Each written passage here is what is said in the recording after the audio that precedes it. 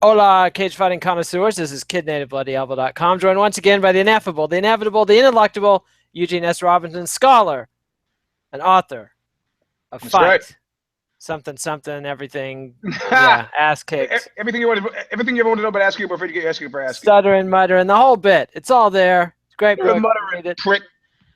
dirty, filthy, outre sex practitioner. Yes. That's right, Eugene. But I noticed you were a little defensive about the charges of sexism yesterday, but you left the charges of interrupting excessively unanswered. You think that's coincidentally stone? Well, you know what they say? They say if you've ever tried to teach somebody Put something. your mic down. Oh, sorry. They say if you've ever tried to teach somebody something and they screw up, the reason why you hate them screwing up is because your brain registers as though you've made the mistake. So, so the interruption thing, if I'm actually, they're not identifying with the interrupter. They are identifying with the interrupted, and it creates this thing in their head. We're like, shut up. I got it. I don't mind that. I went to a special school when I was growing up. Because you were on the short bus? Nah, they didn't give report cards. They used to do evaluation reports, and they said the same thing year after year about Eugene S. Yeah, smart kid doesn't work up to his potential because he is talking. Indeed. They tried to help you, Eugene. They tried to help you, but we haven't told people what we're here for. This is the infamous and patented Care Don't Care preview for UFC Hidalgo featuring Dustin Poirier, Michael Johnson. Yeah. So we got a disclaimer here because crybabies, bedwetters, malingerers, work shy individuals, grumblers, complainers, and MMA fighters on the outs. This has nothing to do with your skills, talents as an individual or a fighter, and much more to do with the marketing heft and weight that the Zuffa William Morris Enterprises has put behind you. You want to get from the don't care list to the care list, fight an exciting fight. Clear-cut indication as to whether you have done so typically is at the end of 3 rounds. If you go to if you go to a split decision, you guys have been fucking around, and we will not care about you another day. But don't come crying to us. That's quite likely. Although some split decisions rarely can be great brawls, but not that often. All right, we're going to reveal. Well, Tavares and who was it? The last one, Tavares and Magales. Yeah. That was one of those fights where everybody knows it could have gone either way, and that makes it ultimately something that I just can't care about. Yeah, it was pointless. So they were too easily matched, or somebody wasn't pushing. In any case, it was something that I'm not gonna like Jim Kelly said. I'll be too busy looking handsome to notice, or some shit. What did he say? I don't even remember. What was the line? But it was from Enter the Dragon. Enter the Dragon. Oh. Now say it again. It was. When Han is trying to kind of sort of threaten Jim Kelly, he's like, I'll be looking too good to notice. Yes, I believe that's closer. I need to see that movie. But anyway, all right, so the whole card's going to be on Fox Sports 1, except for 2 fights on UFC Fight Pass Saturday night. Hidalgo down on the Mexican border of Texas. Say it again. So all the fights are on Fight Pass? No. All the fights are on Fox Sports 1, except 2, which are on Fight Pass. I got it. That's these. We'll start with bantamweight Alejandro Pérez and Albert Morales. I don't care. And me neither. Sorry, fellas, but I'll be watching. My eyes are open, so if you entertain, you can make. You'll be watching. I'll be taking a leak. I'll be looking around for the rum or whatever's a drink of choice that evening. Ordering the pizza. There's things to do on Saturday night. Welterweight Erick Montaño and Randy Brown. Don't care. Me neither. Sorry, fellas. All right. Now we come to the 4-fight Fox Sports 1 prelim card. Bantamweight José Alberto Quiñonez, Joey Gomez. You sure it's not Quiñonez? Quiñonez? No, it's got the tilde over the end. Quiñonez. All right. I don't care. I don't either. Sorry, guys. Outside of remedial Spanish lesson, I do not. Which I'm the worst. My kid just makes endless fun of my Spanish. Or non-Spanish. Middleweight Antônio Carlos Jr. versus Leonardo Augusto Guimarães. I don't care. Guimarães. Yeah, me neither. So, welterweight Augusto Montaño versus Belal Muhammad. It's like you're saying the same thing twice almost, No, I don't care. I know. I feel like it's starting to feel racist because I'm not caring about all these Latino fighters, but actually I'm excited about all these young prospects I'm going to be introduced to. I mean, So that's see if right. any of them are good. Yep. Okay. So featherweight, Gabriel Benítez versus Sam Sicilia. Yeah, I know. No, Yeah, I'm not. no, No, I've been no. burned by Sam Yep. Cecilia many the time, and I'm not Just going because to I start know doing your that. name, buddy, doesn't mean I like your game. It's true. It's true. But now we come to the main card. Now we come to the payoff. Yeah, that's right. Things are about to turn up. Featherweight, Chaz Skelly and Maximo Blanco. Yeah, I favored Maximo Blanco in the past, but I'm in a hating mood this week. I see. Harsh. I still care about Maximo Blanco just because he's a rolling clusterfuck. He's got oodles of talent, tons of potential, and is liable to fuck up 6 ways a Sunday, whether hitting somebody in the nuts or gassing himself out throwing spinning kicks for no reason. The guy's capable of anything. So he's getting to be a geek. He's a geekta. Man, the fact that you've talked so long about it doesn't make it a care. But I'm okay with you picking care on this one.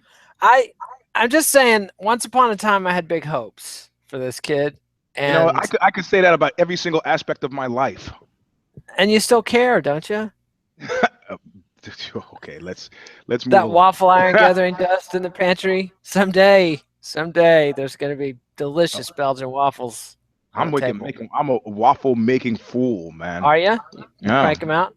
Yeah, the wife had some relatives over from Poland, and they were like, and she was like, "Hey, watch this." She goes, "Eugene." I go, "Yeah." She goes, "Hey, you want some waffles for breakfast?" I go, "I had a good idea." And as I'm making the waffles, all these Polish women are like watching me. And I guess it's because Polish men don't set foot in the fucking kitchen. And then the woman said, she didn't speak any English at all. She said, "You got to let us know how you get a man to make waffles." Well, I said, they should have asked me. I'll tell you right away. Buy him a waffle iron. Yeah. Box of Bisquick. That's a start. Do you use Bisquick or from scratch? No. I use a special Trader Joe's concoction. Trader Joe's concoction. Organic waffles, man. I see, organic waffle, but still, it's from a mix. Yeah, it's from a mix. I'm not doing that from scratch. Not from scratch. All right. So, one fading care for Maximo Blanco, and Eugene has a perfect record of no cares so far. All right, now we come to quote Sorrel, I don't fuck care.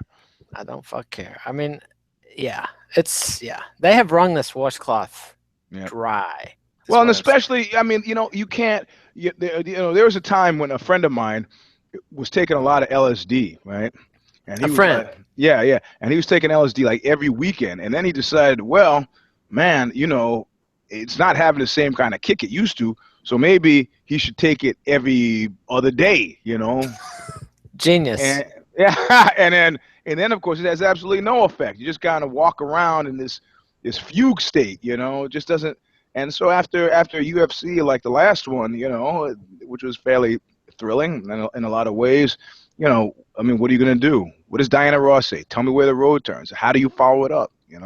They can't all be home runs, and they're not all supposed to. Some of them are supposed to be singles or doubles. This card exists very clearly to make Fox Sports 1 some money, make UFC some money, and to bring the UFC down to the Texas border where they're selling tickets. They've found a hotbed of fans. It's a big. I think it's a great area for them to be marketing to. So I'm all about it and developing some talent, hopefully. But how far is this from you? Texas is huge. This is a gazillion. This is like 7 hours, maybe. Yeah, okay. All right. So Texas is huge. Yep. Yeah, Texas is enormous. Maybe 6 hours. Maybe. I would always get driving to South by Southwest. I always get so happy when I get through El Paso. We're in Texas, and then like 10 hours later, a day later, I'm like, shit, we're in Texas. Yeah. Getting to El Paso does not mean you've really gotten anywhere close. You're not even in the same time zone as Texas and El Paso. Right. Not that El Paso isn't Texas. I'm just saying. All right. So lightweight, Chris Wade and Islam Makhachev. Don't care. Me neither. I mean, this is fucking brutal. All right. Now we come to welterweight, Roan Carneiro and Kenny Robertson. I care. Because of Roan or Kenny? Actually, both.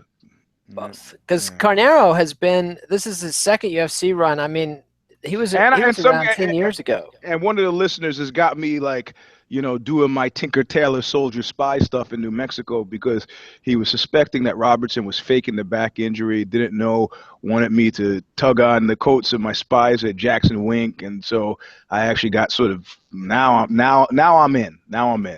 I see. Now Yeah, you're all in. and my spies have not been on this one. They've been like, man, I haven't been too busy. I haven't been training. So I'm blanking on whether Robertson is faking his back injury or not. But we'll see.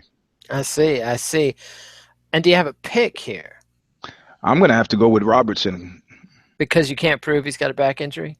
Because I like the fact that he's got that out there. I mean, see. Some subterfuge. I'm suspecting tri-level chess, man. I don't know. I could be wrong, but. I see. So pull some trifling bullshit, and Eugene becomes intrigued. Yeah, exactly. My back is hurt. Kind of. Which part of your back? This part right here. This part right here hurts. That's not your back. That's not your back. Oh, well. Okay, maybe when you reach that part back around to scratch your back. Yeah. So. Something like that. Well, he won fight of the night a couple fights ago against Sultan Aliyev. Yep. And all hold, man. I mean, I remember when he was fighting Tony D'Souza and John Fitch way back around 2007. John Fitch has got a fight coming up, man.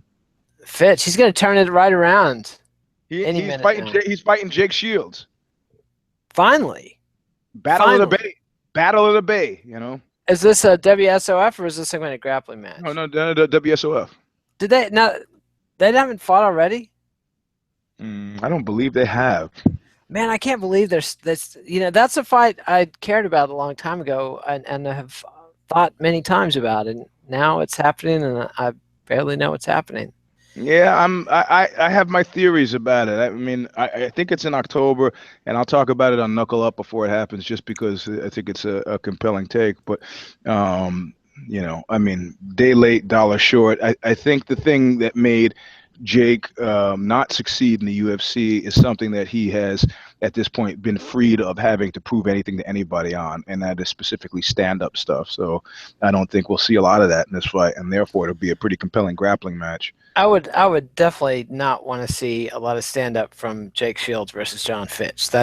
You are doing it wrong at that point. Well, if Fitch is smart, Fitch will, he'll keep it standing up. But I think Fitch is more interested, or should be very much more interested in keeping the dream alive, which is, you want to get on the care list for large portions of the fucking MMA community who didn't even know you were fighting. I'd say make this I would rather a full-blown fucking doors blown out grappling match than pretty mediocre stand-up. So yeah, or I'd have no problem with Fitch if he clinched him up against the cage and spent a lot of time taking him down, letting him up, just beating him up and controlling him.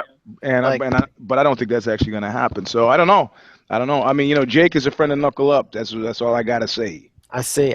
And you've regaled us with some tales of the notorious Jake Shields. Yeah. Well, he has my all-time favorite story of I'll do anything you want if you do one thing for me. And what's that? Tell me what my name is. A valuable lesson for any No, it was what he did next that I think it was kind of like the Sakuraba stuff, just creating art out of the ex nihilo thing. From the firmament of nothing, I pulled something, and that something was jumped out of the car and ran off into the night. Well, yeah. Fuck it, You got to know when to hold it and know when to fold it. Yes, that's definitely a dramatic fold, but I don't know that's not going to win you many pots. That's the ultimate lesson there. Yeah. So, you're picking Carneiro or Robertson? I picked Robertson. I wrote it down. I'll pick Carneiro just to make it interesting. Okay. All right, now we've got lightweight Evan Dunham versus Rick Glenn, former WSOF featherweight champion. Dunham was supposed to be fighting the notorious Abel Trujillo. I was writing down your pick as well. Say it again. Who was fighting? Evan Dunham. Yeah, okay. Is fighting Rick Glenn, former WSOF featherweight champion. This was supposed to be Dunham versus Abel Trujillo, but Trujillo bailed for reasons unknown. I care. I see, and I care too. Because of Dunham. Because of Dunham. Long-time sort of prodigal son. Is he a Gicta?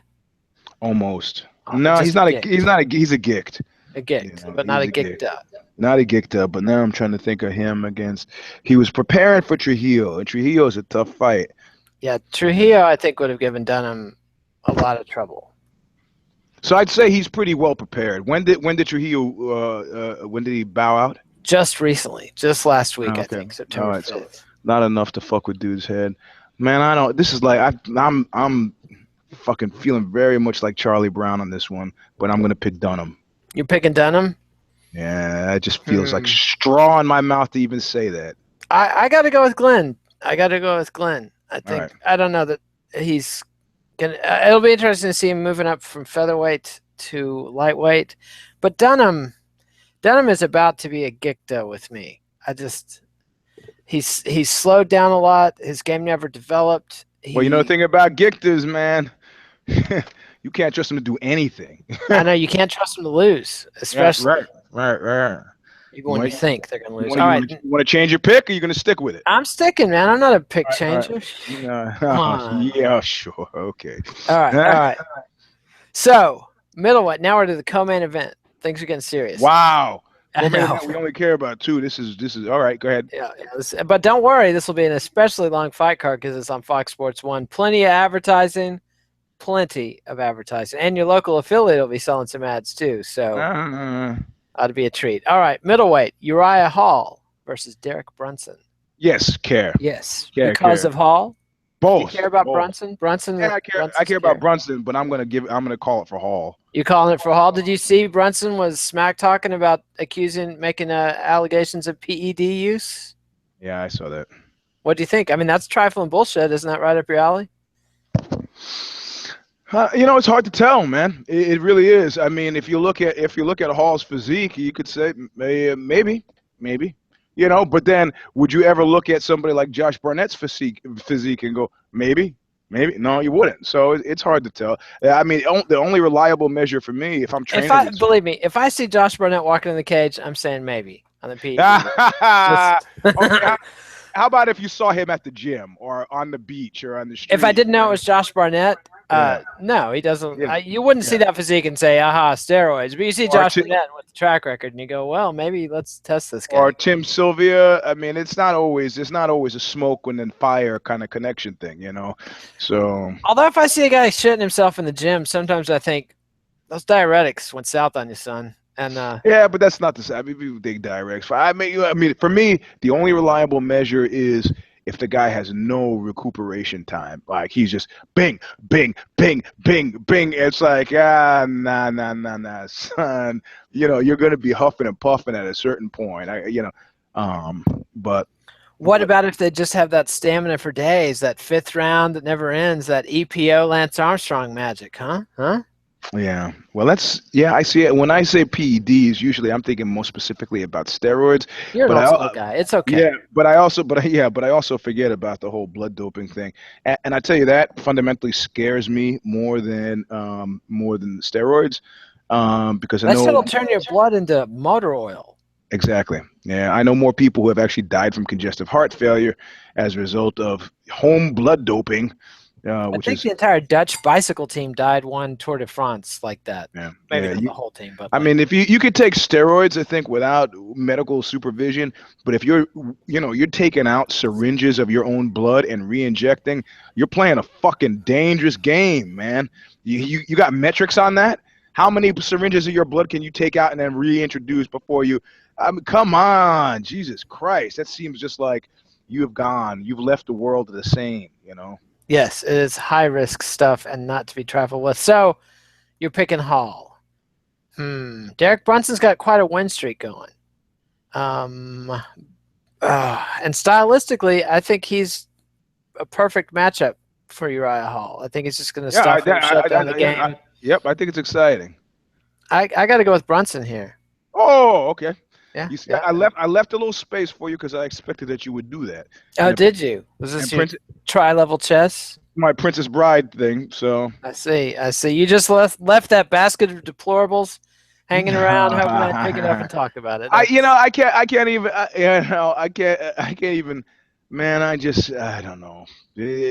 I'm having really major kind of dissonance here. It's like when I'm seeing people, it's like when I used to watch my mother and my ex-stepfather, her second husband, argue.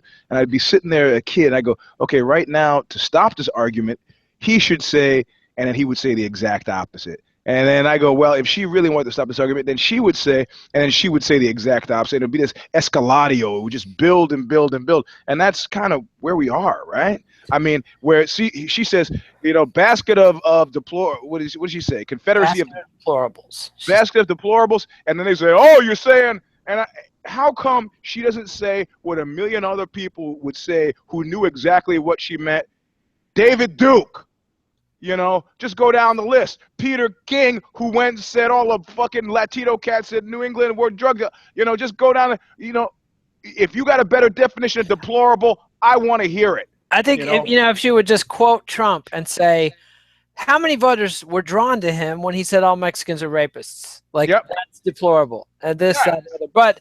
And then, so instead, okay, that's my move. Instead, what's her move? I'm sorry. I didn't mean. Oh, come on. And then she tried to be cute by saying, I don't think it's quite half. And I mean, it's like. Stop it. Stop it. Take your NyQuil, stand up and shut up. If you read her original statement, she wasn't even trying to diss him. She was trying to reach out and saying that there's actually a big bunch of people who are suffering economic uncertainty and have been left behind. And those people, I understand why they're looking for alternatives. And she just fucked it up with the best. Never insult the voters, Hillary. And the thing that blows my mind is that America seems to me very much like the guy and the bear in the cave. It's like, oh man, last time I went in that cave, the bear attacked me. The time before that, I went in the cave and the bear attacked me. I wonder if this time, if I go in the cave, will the bear attack me? It's like, come on, man. Let's go in the cave and see. Come on. Nixon, fucking Reagan, Bush. Come on. Yep. But I don't know, they've convinced themselves it's all Obama's fault, and here we are. So. Yeah, so did people sitting in the rubble in 1945. That was Obama's fault, too. Yeah, there you go. Not that it was Obama's fault, but, looking around at Hitler. So, hey, man, how did you? Hitler's like, hey, you failed me. We failed you. You failed us. You failed me. Okay, I got it.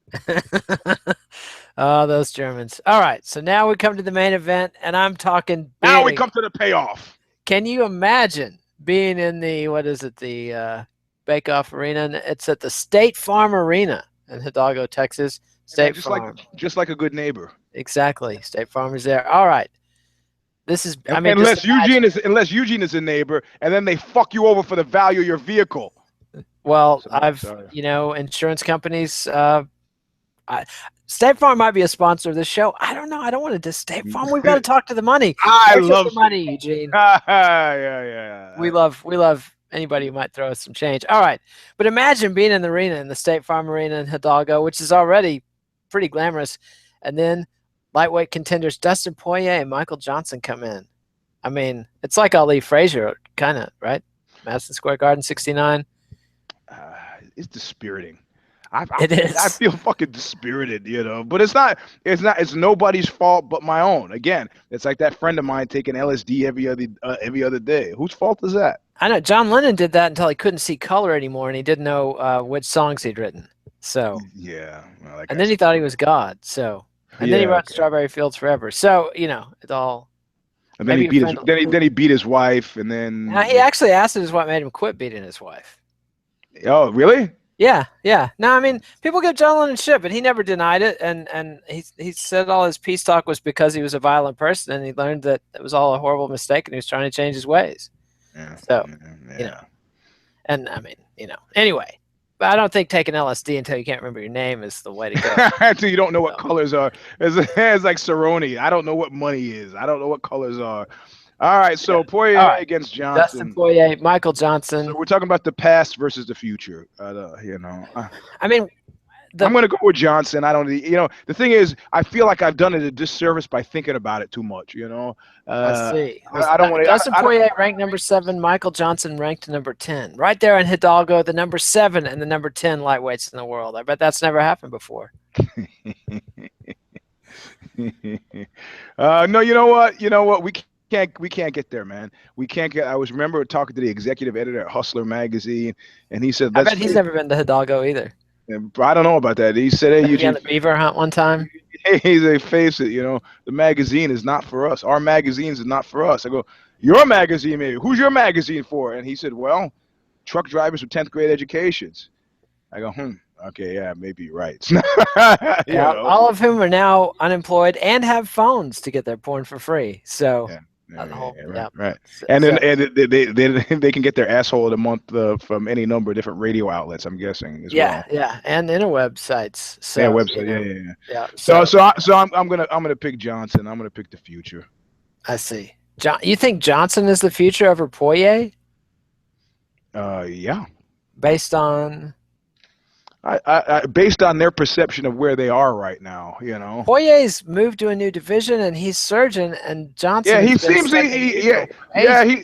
he's been looking great, but he's been around, man. This is like and Johnson hasn't. Johnson's coming off a 2-fight losing streak. I mean, well, he's lost 2 in a row. Poirier's got 4 in a row, 4 wins in a row. All right, so then the way should be clear then. Yeah, and plus, Poirier is younger than Johnson by 3 years. So, I got the ages fucked up. Yeah. Chronos, father time over here. I'm not changing my pick anyway. That for me, that's like I'm always going for the older guy anyway. I see. But I tell you, I'm going to do something a little bit different here. I'm going to pick Johnson, but I'm going to tell you something else. I don't think this is going to be an exciting fight. I don't either. Because if Johnson wins, it's definitely going to be a boring fight. Yeah. Like that's how he wins. Is he turns this into an ugly mauling. Yeah. Well, ugly maulings could be okay. No, I don't know, man. It's just the weight of everything. I feel like a Robert Crumb character. I'm having a sudden fit of depression here. And you don't mean Mr. Natural. I don't mean Mr. Natural. He was relentlessly optimistic. That's I'm right. talking about Flaky Funt or somebody like that. I see. What about that tiny guy that was obsessed with women with giant butts and he'd climb up their legs? Snoid. That guy was always Snoid, yes. Yeah, I do what I want. That's what his yeah. And then his girlfriend was standing there next to him and goes, I do what he wants. I was like, man, there was some shit that Crumb did. He's not a much beloved figure all across the table, No, I don't think many people like Crumb, but they like his art. Yeah, some people would find that objectionable as well. I mean, again, we go back to separating the artist from the art. That's always, I mean, how much would it take? I remember talking to Albini about Peter Soros. Is it his name?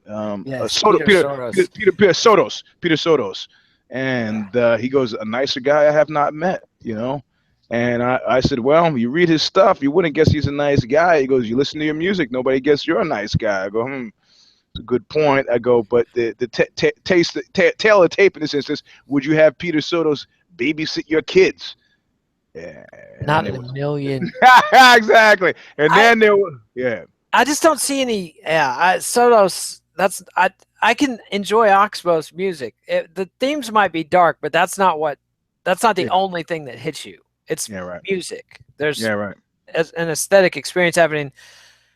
Sotos is just writing as if accounts of child molesting that it doesn't have any. Why would you want to read that? Like, No. Our buddy, like a buddy of mine said, I could see writing one story like that or 2 stories like that, and then he picks up Sotos's book, Total Abuse, and he waves it like this. He goes, "But a whole book, 300." And he didn't stop at 1. He wrote he just churns them out. I mean, so all single-handedly about child abuse, child sexual abuse, murder, as well as the murder of prostitutes and so on. Seems like a prevailing preoccupation, but I understand what he's saying. First Amendment, I'm an artist, okay. Yeah, I'm glad he's not like writing books much better than doing things. But anyway, I don't know how we got off on this. Well, the question is how much the guy. I have to tell you, I wrote a long, slow screw And there were sections during which I'm writing Long So School where I'm laughing my ass off. But I do have an understanding that nobody else might find it funny, you know? Like a guy tied to a chair with his scrotum nailed to the chair. Most people are not going to think that's funny. But I did. I see. Well, it's like Stanley Kubrick and Terry Southern when they picked up the author of the source material for Doctor Strangelove, and they told him it was going to be a comedy. He was not amused. Yeah. Well, I also thought that I've said this before, Eyes Wide Shut was a comedy. Well, yeah, there weren't a lot of laughs per minute, though. It was kind of a slow burn. Yeah. His wife tells him that he had a dream that she was having sex with somebody else, and then Tom Cruise is walking along the street, and he goes like, I mean, come on, man. You know? I don't know if that was senility or what, but unknown. So you're gonna pick Poirier?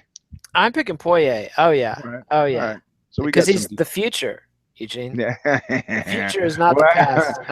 We have 1, 2, 3, 4 cares on a card with how many 4 cares versus how many don't cares? 8 don't cares. We have 8 don't cares. Wow. And well, I had one more care than you. I had a Maximo Blanco in there. All right. And you've given up on him, which is an entirely rational response to Maximo Blanco. Strange for me to have a rational response to anything. Well, it happens. Broken clocks twice a day. Did you ever listen to Bill Cosby's comedy albums from the 60s? Like yes. Wonderfulness? Yeah. Those are the hardest things for me to give up. That and Fat Albert. Like, I can give that up quite easily because of the whole blot of my experience with him on Leonard Part 6, you know. Yeah, I can see that. It was just when I was a kid listening to those albums, like the giant chicken heart that attacked Cleveland. I mean, no, man. I you know what? I mean, it was a slow burn because you remember I met Michael Jackson as well, right? So I've been a huge. I'm scheming to sell my Michael Jackson autographed pictures that he gave me, but so you know after he went down and. Hey, I know I never liked Bill Cosby, so he died for me during Leonard Part 6. I don't know, man. I mean, you just got to be careful. Don't follow leaders. Watch the parking meters. Yes, indeed. But the art from the artist. I mean, you know, Michael Jackson did a lot of terrible things, but he also made Beat It, you know, and the Jackson 5 stuff. I don't care. You know what? Anthony Kiedis probably did lots of wonderful things outside the Red Hot Chili Peppers, but I can't forgive him for the Red Hot Chili Peppers. So. Well, I was trying to think of what these wonderful things were, but I don't know. Well, I know Flea has dedicated money to after-school programs for kids to learn music. But lots of people can do shit like that. Like, yeah, well, considering that he's richer than God, that's the least I would expect from him, right? Yeah, I mean, I would hope so. But yeah, all right. So that's our card. We've got 4 cares. 8 don't cares. Saturday night, UFC Hidalgo. Zane and Connor will be back tomorrow with MMA Vivisection. Yeah. Exactly. And they know all these young bloods on the card that we haven't paid any attention to, so they will be giving you the in-depth preview so you can make your picks and bets, et cetera, et cetera. We'll have the 6th round right after the fights. Eugene will have Knuckle Up on Sunday. We're going to do If I Did It early on Monday next week, and then we'll have be back because UFC Fight Night Cyborg versus Landsberg is coming up. Eugene, are you trying to show us how to do a thumbs up? Because nah, I'm saluting Sorrow. I see. But it's the same thing. Yes. Yeah. Give us a thumbs up by hitting the thumb icon beneath your screen. Subscribe to MMANation.com on YouTube so you won't miss a show. Subscribe to MMA Nation on iTunes if you want the audio without the ugly. Read me on bloodyelbow.com. Follow us. Read Eugene at Aussie.com. Follow us on Twitter. Nate. And also, I got to tell you, people, that you interrupted your own Twitter handle. It's because of what I'm about to say. It's at Eugene S. Robinson. But you have to. I got to accept your follower request because I want to know who's at the fucking party. But those people who I okay you, but I don't follow you back, don't keep fucking sending it. I'm watching you. I want to make sure it's not just a fucking for-profit thing. So you people some guys at Health and Nutrition, Health and Fitness, I okay you to follow me, but I don't follow you back. You cancel it and you send me another request because you want to be followed back. Why? Because you're pimping some shit. Hey, it's what destroyed MySpace. It's not a fucking open market at Eugene S. Robinson. It's a party. Right. A party. Waffles either. A party amongst friends. You got to like Mr. Marcus said. Bring something. Other than buy my powder, buy my thing, buy my routine, buy that. Nah. All right, so an important message to would-be spammers on Twitter. And I think that's all our plugs and whatnot. So we'll be back next week for Cyborg versus Landsberg on September 24th. So we'll have all the fixins. And adios, MMA aficionados. Thanks, Eugene. All right, man. See you soon.